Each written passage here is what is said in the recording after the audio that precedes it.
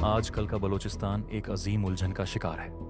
वहाँ की ज़मीन तो सोना उगला करती है, लेकिन उस ज़मीन के लोग अपने हक के लिए तरस रहे हैं। नाइंसाफ़ी, बेसुकूनी और ज़बर का एक लंबा सिलसिला है जो ख़त्म होने का नाम ही नहीं लेता। मगर अब बलूचिस्तान की आवाम ने खामोशी तोड़ दी है। बलूचिस्तान में हालात दिन ब दिन ख़राब होते जा रहे हैं। मासूम लोगों का कोई पूछने वाला नहीं, आवाज़ उठाना गुनाह समझा जाता है और हक मांगना बगावत। इसी बेहाल सूरत हाल के खिलाफ बलूचिस्तान के सीनियर सियासी रहनुमा सिलाह सरदार अख्तर मेंगल ने एक बोल्ड कदम उठाया है, एक लॉन्ग मार्च जो कि क्वेटा तक जाने का इरादा रखता है। ये लॉन्ग मार्च सिर्फ एक सियासी इज्तिमा नहीं, बल्कि बलूचिस्तान की आवाम की चीख है। उनकी पुकार है कि हमें हमारा हक दिया जाए।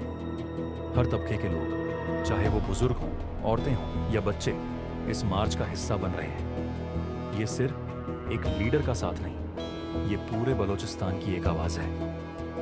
कुछ दिन पहले एक नामवर बलोच एक्टिविस्ट महरंग बलोचकों को हुकूमत ने बिना किसी वजह के गिरफ्तार कर लिया।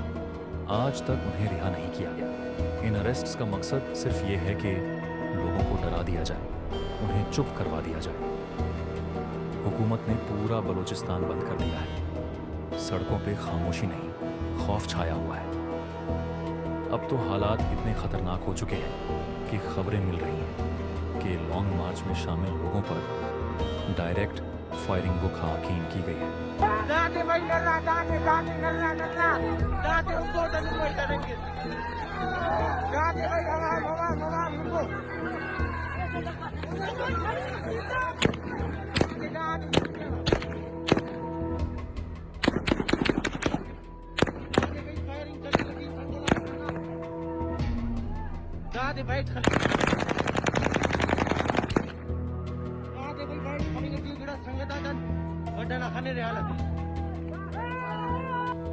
कई अफवारात जख्मी हुए हैं और कुछ लोगों को जानलेवा जख्म भी लगे हैं। लेकिन इन तमाम रुकावटों के बावजूद लोग पीछे हटने को तैयार नहीं। इस तहरीक का जज्बा अब रवानी इख्तियार कर चुका है।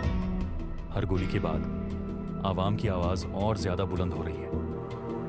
ये तहरीक सिर्फ नारों या पोस्टरों तक महदूद नहीं, ये उन माँओं की आंखों में उतर आया है जिन्होंने अपने बेटों को लापता होते देखा है।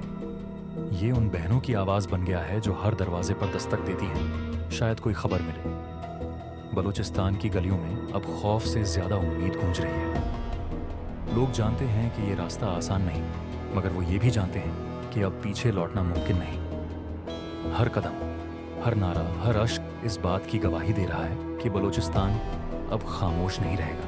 ये लॉन्ग मार्च सिर्फ क्वेटा तक नहीं जा रहा, ये दिलों तक जा रहा है। ये हर उस शख्स तक पैगाम पहुंचा रहा है जो समझता है कि इंसाफ सिर्फ एक ख्वाब है। अख्तर मेंगल और उनके साथ चलने वाले हज़ारों लोग इस बात का सबूत हैं कि जब आवाम उठती है तो हुकूमतें लरज़ जाती हैं। बलूचिस्तान का ये सफ़र अब रुकने वाला नहीं, अब सिर्फ एक ही आवाज़ सुनाई दे रही है, हमें हमारा हक चाहिए। और जब आवाम एक हो जाए तो हक का लेना कोई दूर की बात नहीं रहता। ये लड़ाई सिर्फ ज़मीन की नहीं, पहचान की है, वजूद की है। बलूचिस्तान की ये आवाज़ अब दबी नहीं जा सकती, ना गोलियों से, ना गिरफ्तारियों से और ना डराने धमकाने से। जब एक कौम अपने हक के लिए जाग जाए तो फिर कोई ताकत उसे रोक नहीं सकती। अख्तर मेंगल का ये लॉन्ग मार्च सिर्फ एक सफ़र नहीं, ये तारीख में दर्ज होने वाला मोड़ है। अब फैसला वक़्त का नहीं, आवाम का होगा।